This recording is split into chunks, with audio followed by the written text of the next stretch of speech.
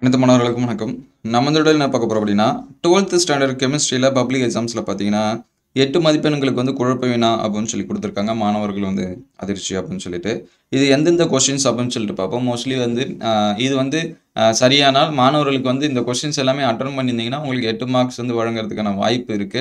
அது வந்து கன்ஃபார்மா இன்னும் நமக்கு வந்து சொல்லல. அது வந்து எக்ஸாம் பேப்பர் கரெக்ஷன்லாம் நடக்குது பார்த்தீங்களா, அப்பதான் நமக்கு வந்து தெரிய வரும்.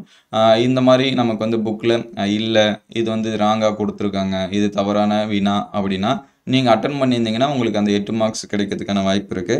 அதுல ஃபர்ஸ்ட் பார்த்தீங்க அப்படின்னா, என்ன கொஸ்டின்ஸ் அப்படின்னா 33வது வினா கம்பல்சரி 3 மார்க் கொஸ்டின்ஸ் இருக்கு பார்த்தீங்களா, அந்த வினாவுக்கு பார்த்தீங்கன்னா, பாடத்துல இருக்கிற மாரி இல்ல அந்த வினா பாடத்தில் இடம்பெறாதது அப்படின்னு சொல்லி குடுத்துருக்காங்க.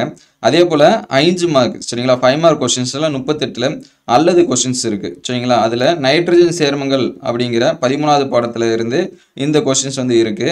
அந்த வினா பார்த்தீங்கன்னா, சேர்மம் சி ஆனது அடர் HCl ஹைட்ரோகுளோரிக் அமிலமுடன் வினைபுரிந்து என்ற வரி இடம்பெற்றுள்ளது. ஆனால் அந்த வரியில் சேர்மம் சி ஆனது அடர் HCl ஹைட்ரோகுளோரிக் அமிலம் மற்றும் நீருடன் வினைபுரிந்து அப்படின்னு சொல்லிட்டு இருக்கணும். அதாவது அங்க நீருடன் வினைபுரிந்து அப்படின்னு சொல்லிட்டு இருக்கணும். அப்படி கேட்டிருக்கணும். ஆனா நீருடன் வினைபுரிந்து அப்படிங்கிற வார்த்தை இல்ல.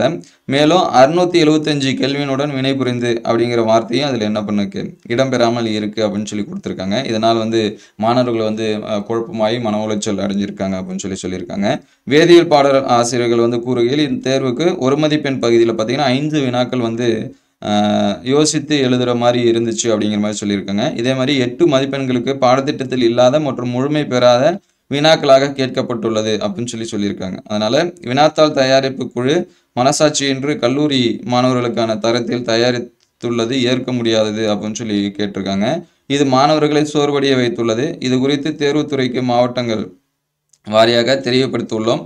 மாணவர்களின் உணர்வுகளை மதித்து 8 மதிப்பெண்களை போனஸ் மதிப்பெண்களாக வழங்க தமிழக அரசு நடவடிக்கை எடுக்க வேண்டும் அப்படின்னு சொல்லியிருக்காங்க. இது எல்லாமே கன்ஃபார்ம் ஆயிடுச்சு அப்படின்னா, நீங்க வந்து அந்த கொஸ்டின்ஸ் வந்து அட்டெண்ட் பண்ணியிருந்தாலே உங்களுக்கு 8 மார்க்ஸ் வந்து என்ன பண்ணும், கண்டிப்பா கிடைக்கும். அது வந்து அட்டெண்ட் பண்ண ஸ்டூடெண்ட்ஸ்க்கு சரிங்களா. தவறா இருந்தாலும் அட்டெண்ட் பண்ணியிருந்தா அது வந்து இன்னும் கன்ஃபார்ம் நியூஸ் ஆகல. நமக்கு வந்து கன்ஃபார்ம் ஆனோடனே தகவல் சொல்லுவோம். அது வந்து எக்ஸாம் பேப்பர் கரெக்ஷன் பண்றாங்க தெரியுங்களா, அப்பதான் அது வந்து கன்ஃபார்மா இல்லையா அப்படின்னு சொல்லிட்டு தெரியும்.